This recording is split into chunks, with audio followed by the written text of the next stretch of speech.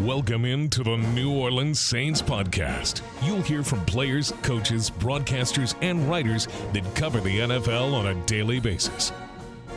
The New Orleans Saints podcast starts right now.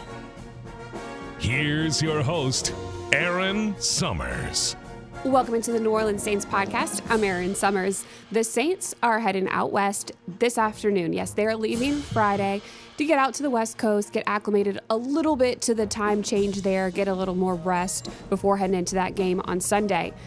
And there is a lot of good news on this week's injury report. There are only a few players who will be out for this one, which is much different than what we've been dealing with. So the Saints will get back Cesar Ruiz, Lucas Patrick, Pete Werner, Chris Olave, Colin Saunders, Taysom Hill, all goes in this game this weekend. It's going to be great to see some of those players back out on the field. The only players that are out, guard Nick Saldiveri, who is dealing with a shoulder injury, and wide receiver Cedric Wilson Jr., who is dealing with a hip injury. He started the week as a limited participant in practice Wednesday and then was downgraded to a non-participant and is officially out for this weekend's game. Quarterback Derek Carr is listed as doubtful, which is to be expected as he's continuing to work back from that oblique injury. This one is a little bit later kick for everybody here in New Orleans. It is a 3:05 Central start because, of course, it is out on the West Coast in LA. Holding it down for me on Sunday will be Ross Jackson. He is the host of the Locked On Saints podcast, and he is going to do a phenomenal job pregame, postgame on NewOrleansSaints.com while I cover double duty over with the Pelicans. So, naturally, he is my guest today. Let's bring in Ross, break down everything Saints Chargers. Ross, thank you for joining me on the New Orleans Saints podcast. It's awesome to have you here today, and you're going to be taking my seat on Sunday. Yeah, I'm really excited. It's going to be fun. Listen, I will pale in comparison to you, but I'm grateful for the opportunity nonetheless. I appreciate it because obviously I'll be doing some Pelican stuff, and the games overlap, so I appreciate the assist for sure. Looking at this game on Sunday, Saints heading out to LA this afternoon, going to kind of get acclimated a little bit to the West Coast. I know it's kind of tough, but what do you think where they're at, like mindset-wise? Yeah.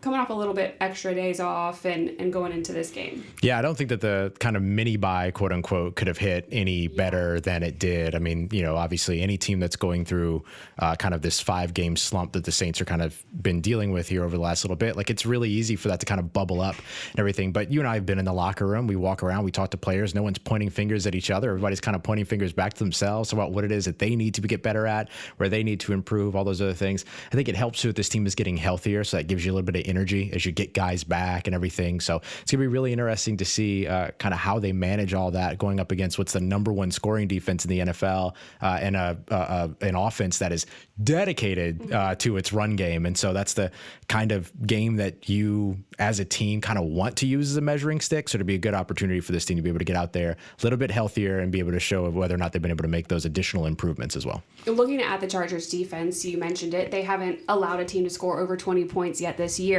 They're very good at stopping the run. They're a very physical team.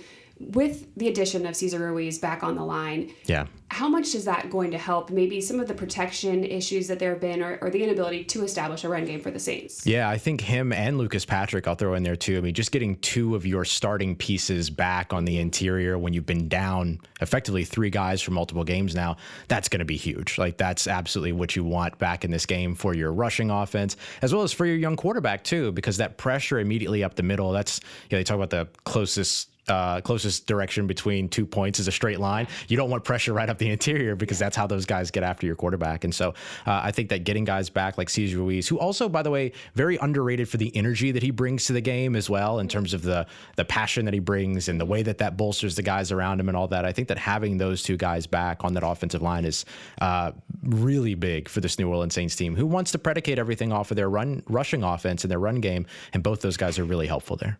And then we're going to add in Taysom Hill because he's a huge weapon, especially when it comes to helping out that run game. He's used as a blocker, and then his ability to really, as you said, run downhill in a straight line. That, I think, will take a lot of pressure off of Rattler and what they're trying to do offensively. How do you see him impacting the game Sunday? Yeah, I think he takes a lot of pressure off of Spencer Rattler. He also takes a lot of pressure off of Alvin Kamara, too. Gives you a little bit of an inside run game to be able to mix in. The Saints run towards the outside just as much as anybody else in the NFL. I believe they're top 3 in that metric last I checked, and I don't expect that that's changed. And so having a guy that can also win around the edge and win up the middle with physicality, I think gives you a little bit of a counter punch to that New Orleans Saints run game. So I think that he helps out quite a bit there. I'll add in Kendre Miller there too. Last week he averaged 6 yards per carry. That's the most by any Saints running back so far this season, even in the big games that Alvin Kamara has had from an average per carry standpoint. So both those guys, I think, have some pretty big opportunities ahead of them, first off, but also provide opportunities in terms of the relief that they provide to some of the other playmakers on the field. I mean, while we're at it, we can just throw out Chris Olave as coming back as well, and how much that's going to help. I mean, you look at a rookie quarterback, Spencer Rattler, and the situation that he was thrust into with so many key people absent on the offense. And this is actually going to be a really good opportunity for him with majority of the starters on the field. Yeah, absolutely. This is a great opportunity for the Saints to be able to assess what they have in him as well, because I don't know if you got a real assessment of your rookie quarterback over the course of those most recent 2 games. He had Chris Olave for 2 plays before he ends up having the getting hit high and then having the concussion, having to go through protocol, dealing with the short week, all these other things. So now he gets a little bit of an extended recovery period, effectively coming off of, and head coach Dennis Allen saying today that he has cleared concussion protocol. Chris Olave has. And so I think that that's really helpful. And the way that Los Angeles, the Chargers, play defense fits really well with what Chris Olave has done extremely well so far this season. They play off coverage amongst the top 10 in the NFL. He does very well against that. When you give him space, allows him to be able to have a clean release off the line of scrimmage, all those other things. That's great for a young quarterback as well when you're trying to get him into the quick passing game. So I think Chris Olave becomes a really big focus in this matchup. Speaking of the Chargers defense, what do they do well? Who are the playmakers we need to watch out for? Yeah, well, of course, they would get Nick Bosa back just in time Joey Bosa back just in time for this matchup. But really, it's been Khalil Mack has been this big time disruptor for them over off the side. So I think that that's one of the big things that they're going to be able to do is bring pressure. And for the New Orleans Saints, that's going to be huge when you have a rookie quarterback there. You still have a backup center in right now in Connor McGovern, but also, I don't know if you'd want to switch up the center on a rookie quarterback at his third start either. So that might actually kind of work in their advantage a little bit. But I think it's the pressure that defense can bring and their ability to stop the run. Those are going to be the 2 big things. And of course, that's what New Orleans needs to be able to do. They need to keep pressure off of Spencer Rattler and run the football.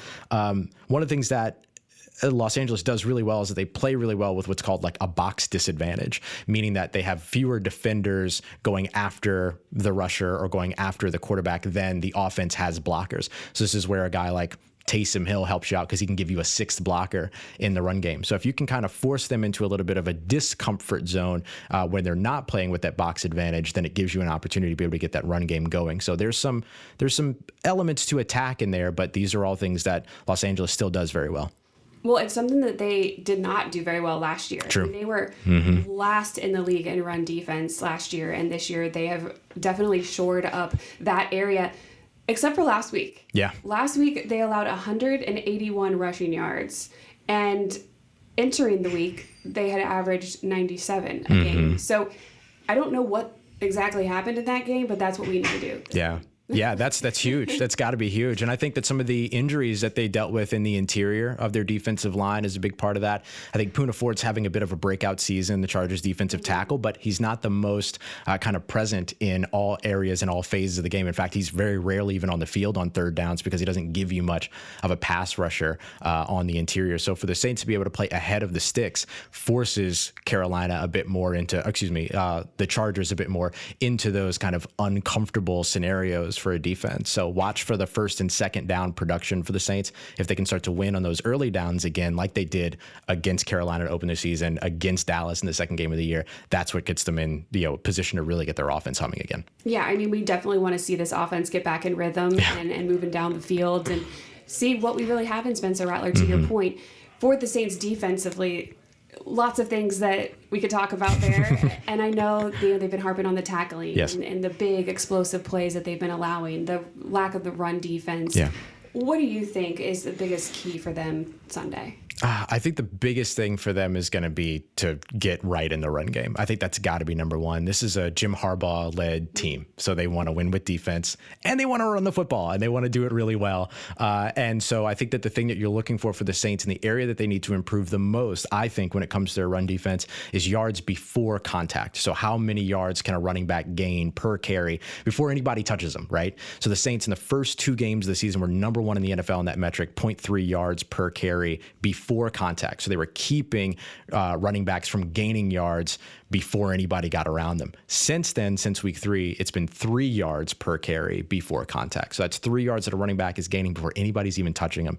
And so I think that's the area where you really want to see the Saints defensive line and really defensive front 7 as a whole, second level pursuit and the different gaps and things like that really kind of land a little bit more discipline, win the line of scrimmage with your defensive line. And I think getting a guy like Colin Saunders back helps there. And I really do believe that getting a guy like Pete Werner back, who's one of your surest tacklers on this defense, that helps a lot in that category as well. Yeah, I think that Pete Werner he just doesn't get enough credit. Agreed. I think he's very so underrated. Much better, right, than people realize, and has been a big factor in why there's been a letdown defensively. So I think it was Joe Woods, defensive coordinator, who called him and Demario Davis Batman and Robin. Yep. And I loved that because it really is, that dual threat tandem right there. Yeah. Yeah, they both do a lot of things well. DeMario is a great all-around linebacker, fantastic communicator, and a great playmaker as well. But also his pursuit angles, getting into the backfield, making plays in the run game, pass rush, all those things that he's really bolstered over the course of the past couple of years.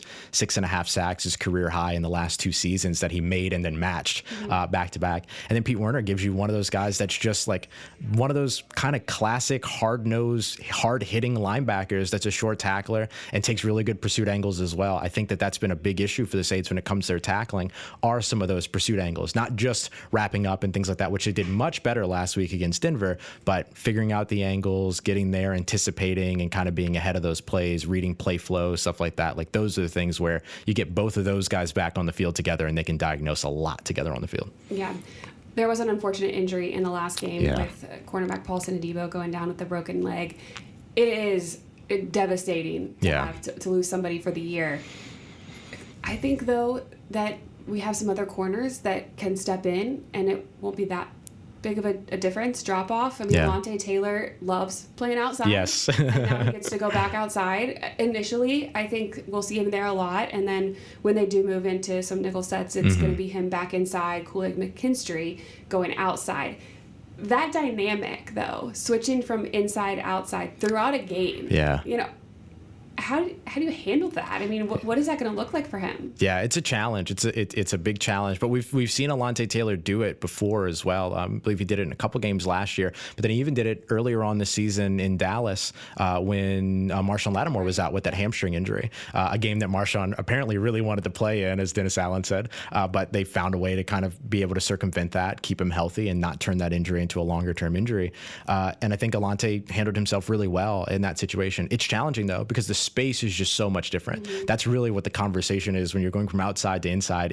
There's so much more space on the inside. You don't have a sideline to rely on and play off of and all those other things. So I think that becomes the big sort of piece to it, is being able to kind of adjust to that. But the good news is that Alontae's had a lot of experience now playing both on the inside, which he's done very well so far this season. I think it was 33rd team ranked him as the most disruptive player because of the 16 combined either sacks, forced fumbles, interceptions, tackles for a loss, or pass breakups that he's had so far this year. Number 1 in the league there. So he's played extremely well on the inside. Now he gets an opportunity to get back outside where he feels really, really comfortable. I think the biggest thing is just going to be, can he maintain that comfort in both areas, switching the mentality back and forth in game. Kool-Aid McKinstry, what have you seen from him in the time? We haven't seen a lot of him during game action, but we saw him a lot at training camp, preseason. He doesn't seem like he's afraid. I mean, he's ready for the moment. He talks about it. He played at Bama. He's played in big games. Yeah, this doesn't feel outside of Khalid McKinstry's comfort zone at all. Like, he feels very ready for these types of situations. And look, we knew we were going to see him in these situations when the Saints drafted him. It's just very unlikely that you're going to have all three of your starting cornerbacks for an entire NFL season. Every team across the board, very unlikely that that's going to happen. So the draft pick for Khalid McKinstry being 4 deep at cornerback, as Joe Woods has expressed before, just like they were last year with the great play of Isaac Yiadom, who came in and helped out quite a bit. That was a big kind of benefit for this New Orleans Saints team coming into this year. The benefit or the advantage that Kool-Aid has is that he's played in this system before, right? The Nick Saban, Crimson Tide, Alabama defense, that's a press man coverage defense that matches patterns based upon what wide receivers are doing. A lot of the similar principles that the New Orleans Saints and that Dennis Allen does in his defense. So I think he slots right in. I think you're going to see some, still see some kind of rookie wobbles, if you will, here and there. I think he gave up a 30-yard completion last year or earlier this season up against Dallas, but I think that was the only completion he gave up in that game, despite playing a wealth of snaps. I think you'll probably see, 1 or 2 things kind of given up, but outside of that, I expect that he's going to be very comfortable in this defense, and it helps to have good safety help behind them, which they do in Tyrann Mathieu and Jordan Howden. You look at the quarterback that they're going to be going up against, Justin Herbert. It's been weird watching him this season because there's great moments and then moments where the team in general, the offense just kind of drops off completely. Yeah.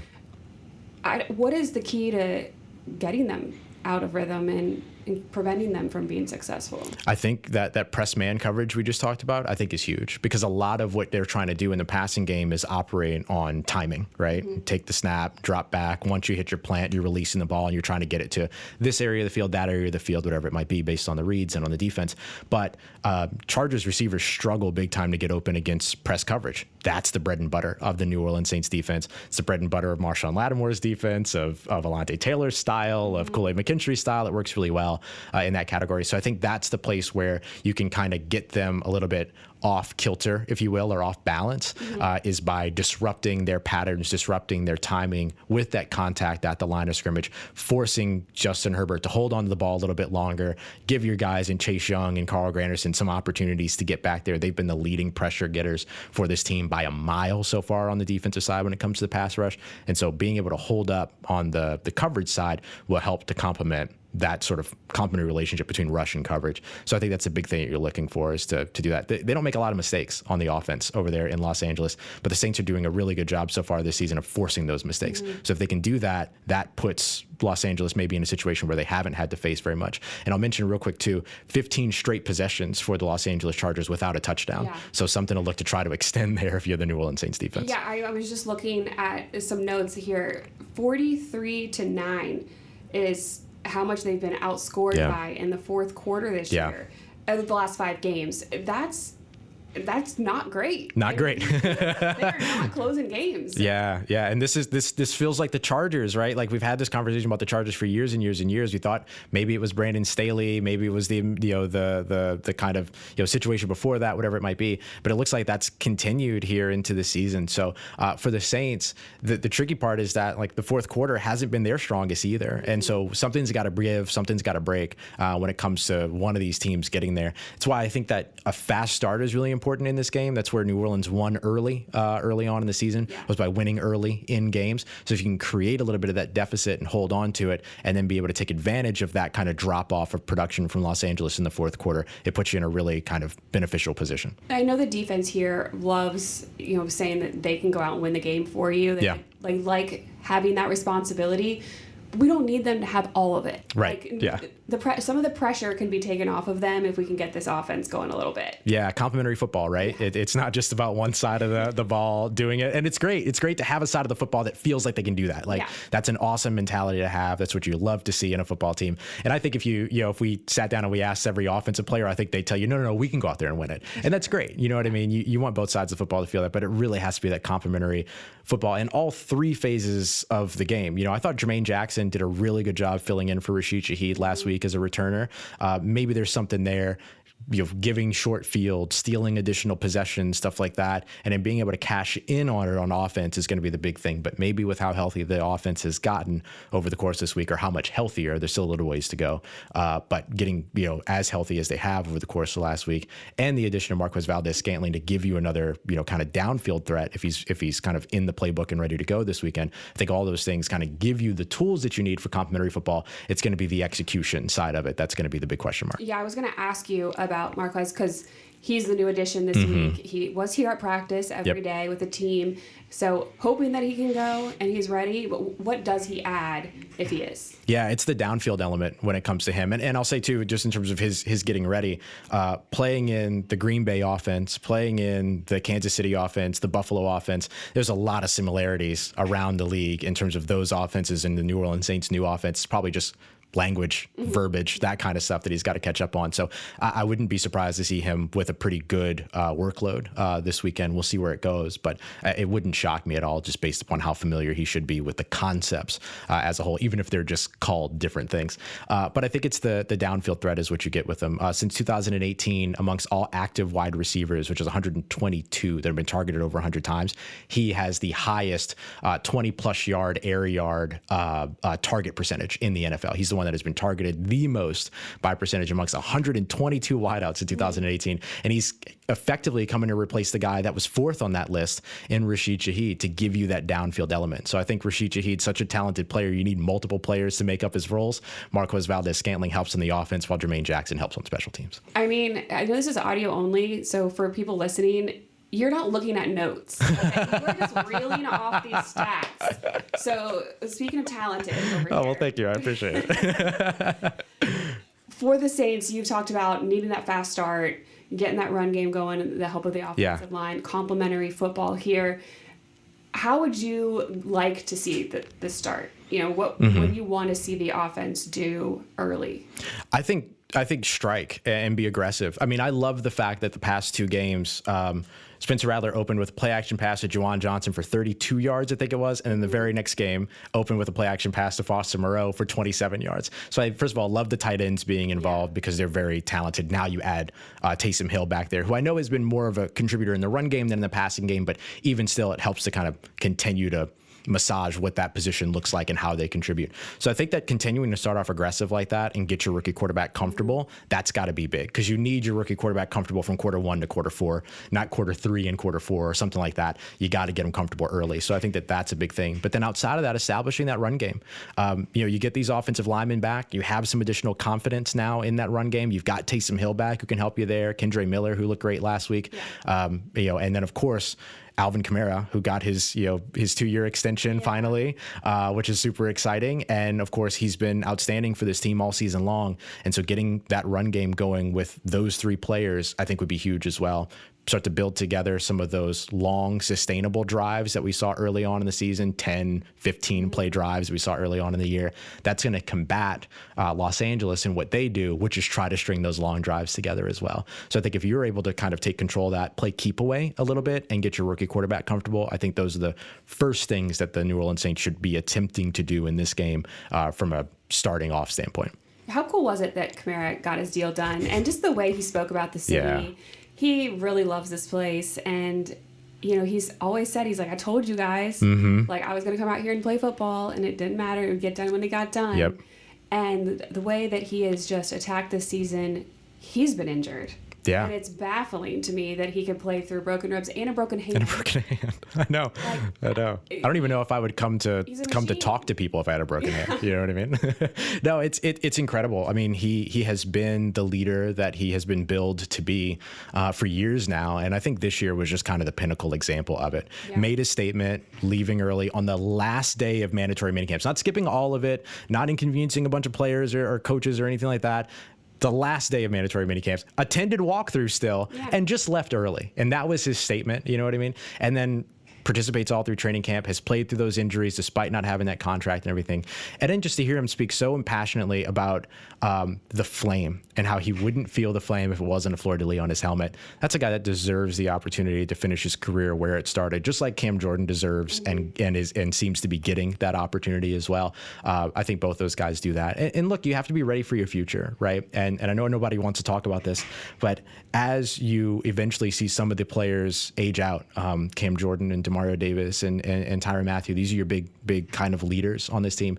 They got their extensions that get them through at least next season. But what do you do beyond that? And I think that having Alvin Kamara through 2026 gives you that extra season of a buffer to have that player that's not just a contributor, but a leader and a culture figure for your team to help kind of bring you into whatever your new age will be once that time comes. Yeah, you're right. I don't want to think about it. I know, it's tough. It's tough. No more AK or Cam or Demario and Tyre. And, just those guys have really held down the locker room. And it's kind of funny to think that Tyrann hasn't even been here that long. Right. I know. And he does feel like such an important, big part of the culture of this team. Yeah, it feels like all of those guys have been here since Cam got here. Right. You know what I mean? Like the only team they ever played for, which is not true. Not the case. But I mean, it's just that just goes to show you kind of. I mean, there's a reason why all those guys have C's in their chest. You know what I mean? And all these guys are captains and leaders within this locker room and everything like that. And it's tough to think about life after those guys, and certainly no one's in a hurry to see it. But you got to be prepared for it. And I think the New Orleans Saints are doing a very good job of kind of making sure that there is kind of a bridge as opposed to a kind of a rough stop, and then I have to kind of I got to figure out like what this team looks like after that. You're doing a very good job of kind of bridging the gap with all that. And I'll tell you too, when it comes to guys like Tyrann, Demario, and Cam, none of them are in a hurry to stop playing. Yeah. You know what I mean? I don't think any of them are in a hurry to stop playing at all. But you got to be ready for those situations when they come. Yeah, I mean, it's fun having them here. We got to make the most of it while they are here. So we got to start with getting another win. There you go. On Sunday. That's what we need. But thank you so much, Ross, for chatting with me. And I look forward to, I'm going to have to circle back and watch the pregame, postgame show, see how you did. It's going to be fabulous. I'm excited for all your notes. I can't wait. No, it's going to be so much fun. Thank you so much for having me. Such a pleasure to be here, and look forward to doing it again soon. Appreciate the time from Ross there and for him filling in for me on Sunday. This is going to be a fun game, and we got to get back in the win column. Make sure you follow along all weekend at Saints on X or NewOrleansSaints.com, where we'll have everything covered. And we'll be right back here on the New Orleans Saints podcast Monday to break down what we hope is a victory for the Saints. Thanks for listening. Thanks for listening to the New Orleans Saints podcast. Join us 3 times per week on NewOrleansSaints.com, the Saints mobile app, or you can download the podcast on iTunes. We'll see you next time, right here on the New Orleans Saints podcast.